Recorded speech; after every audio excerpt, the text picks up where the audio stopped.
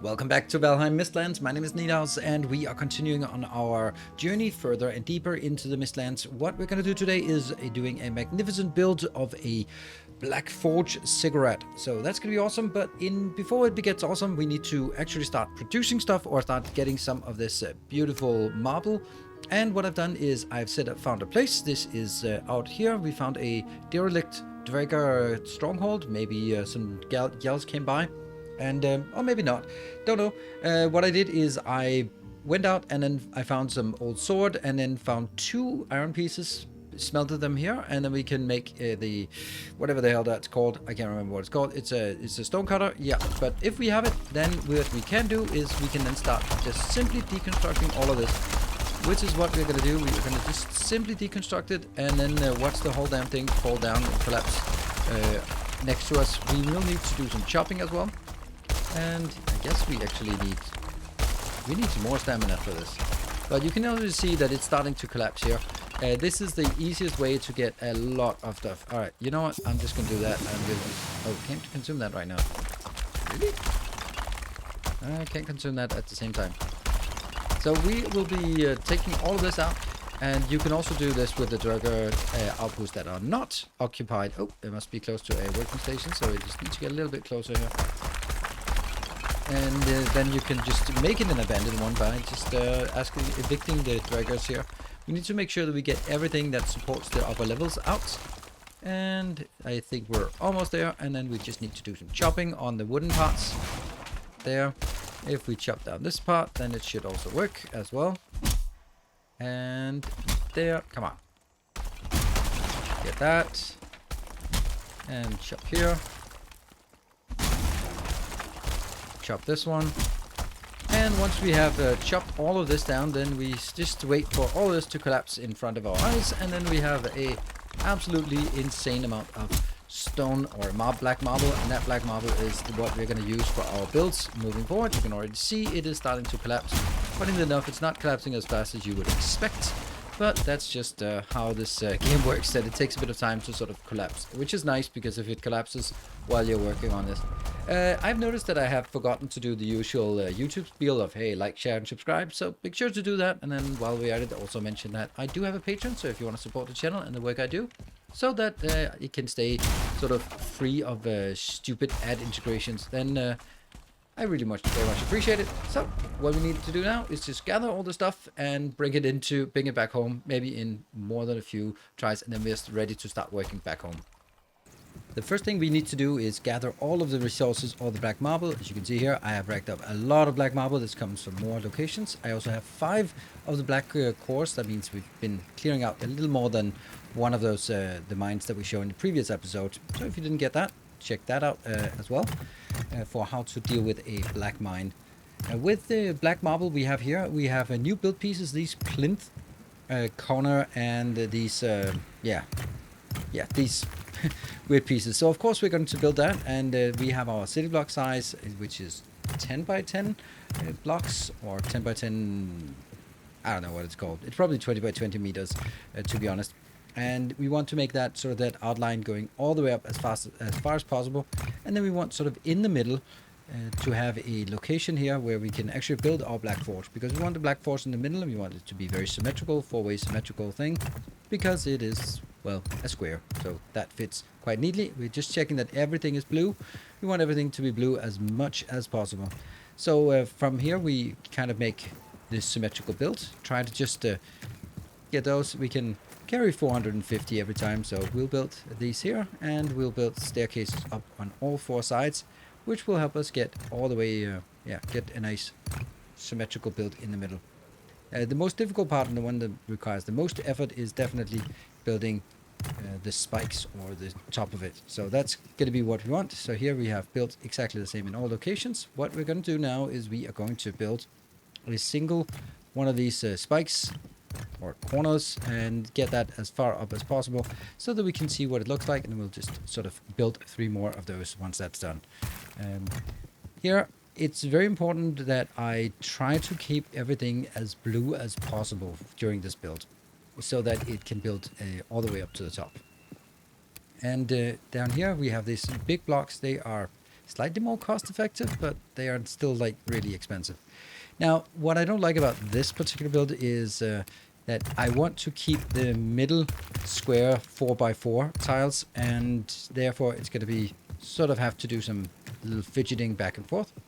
And then we have this middle one that we don't need to fill out because that would just be waste of marble.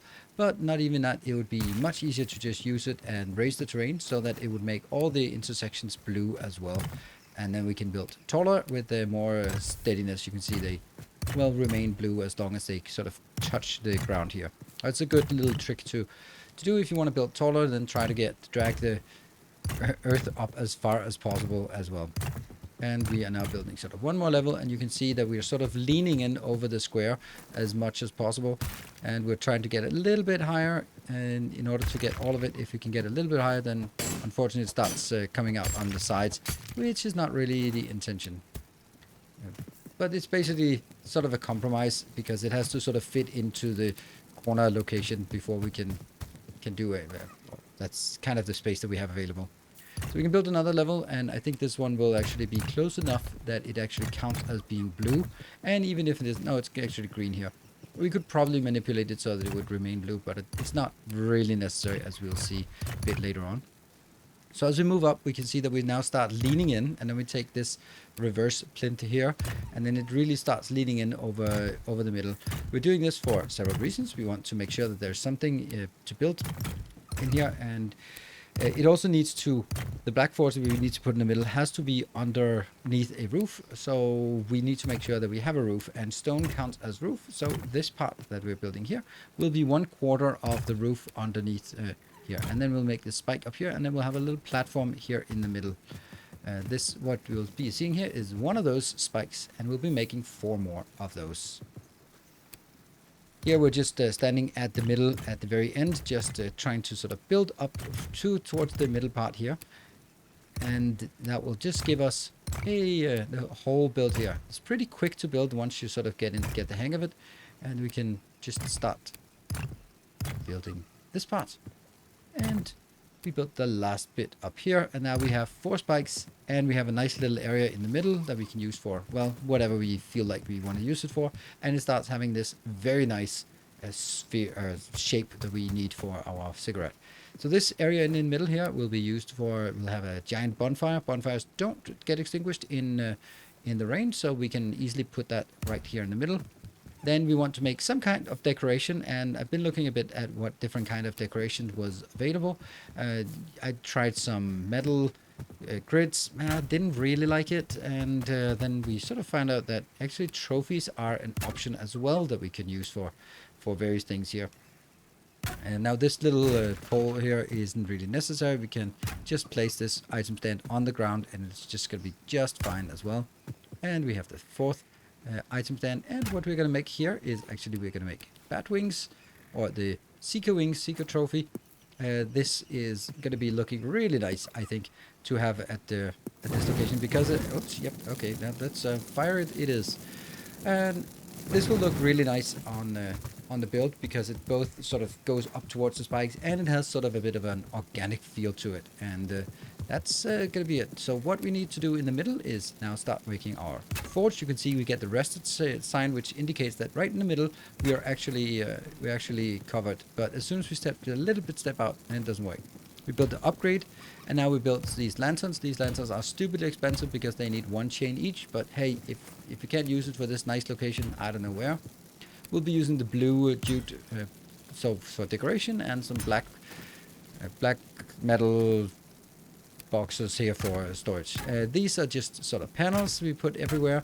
I think that just looks nice and makes it just a little bit nicer, so it's not all just metal everywhere, or sort of black marble everywhere, but there's a little sort of accent to it. Of course, we're just burning through our precious tar, but hey, who cares? Then we also built up some, we get so much of this blue jute from the Dverger outpost, so we can build those as we want, and they'll just help give it a nice sort of consistent feel to it.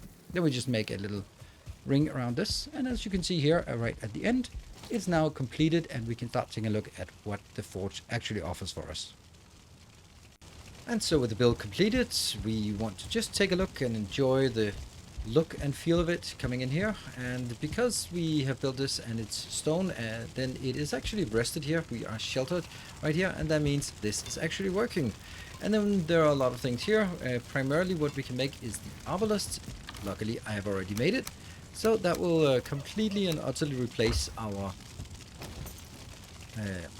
arrow, our bows, because this deals so much more damage. And the idea is that you can see here that as soon as I equip it, it starts loading. So for example, when I unequip it and then I just start loading, I can move around, but if I run around or jump, then it starts over.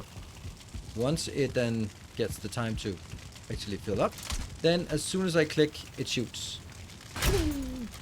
And that's pretty damn good. It is really, really good, and it deals more damage, so more damage is also nice.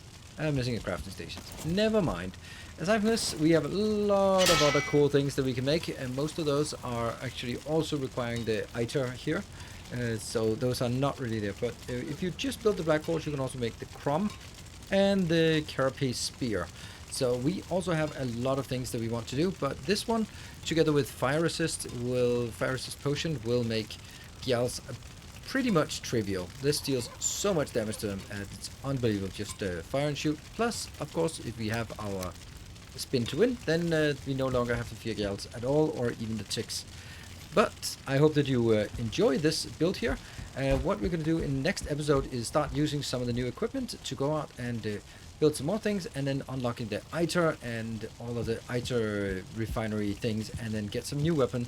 We do absolutely need a better weapon than our Frostner. It's just not competitive at this point anymore. But thank you very much for watching. I hope you enjoyed it. If you did, be sure to hit the like button. It means a lot to me. Leave it in the comments below if you want to see more. And of course, all this is also always taking place on Twitch. So if you are interested, come on over and be part of the design process on Twitch as we design new and cool buildings. We have lots of things. I want to make a high tower of obsidian for the iter refinery, because I think that would be pretty damn cool. So thank you very much for watching. Until next time, take care and stay effective.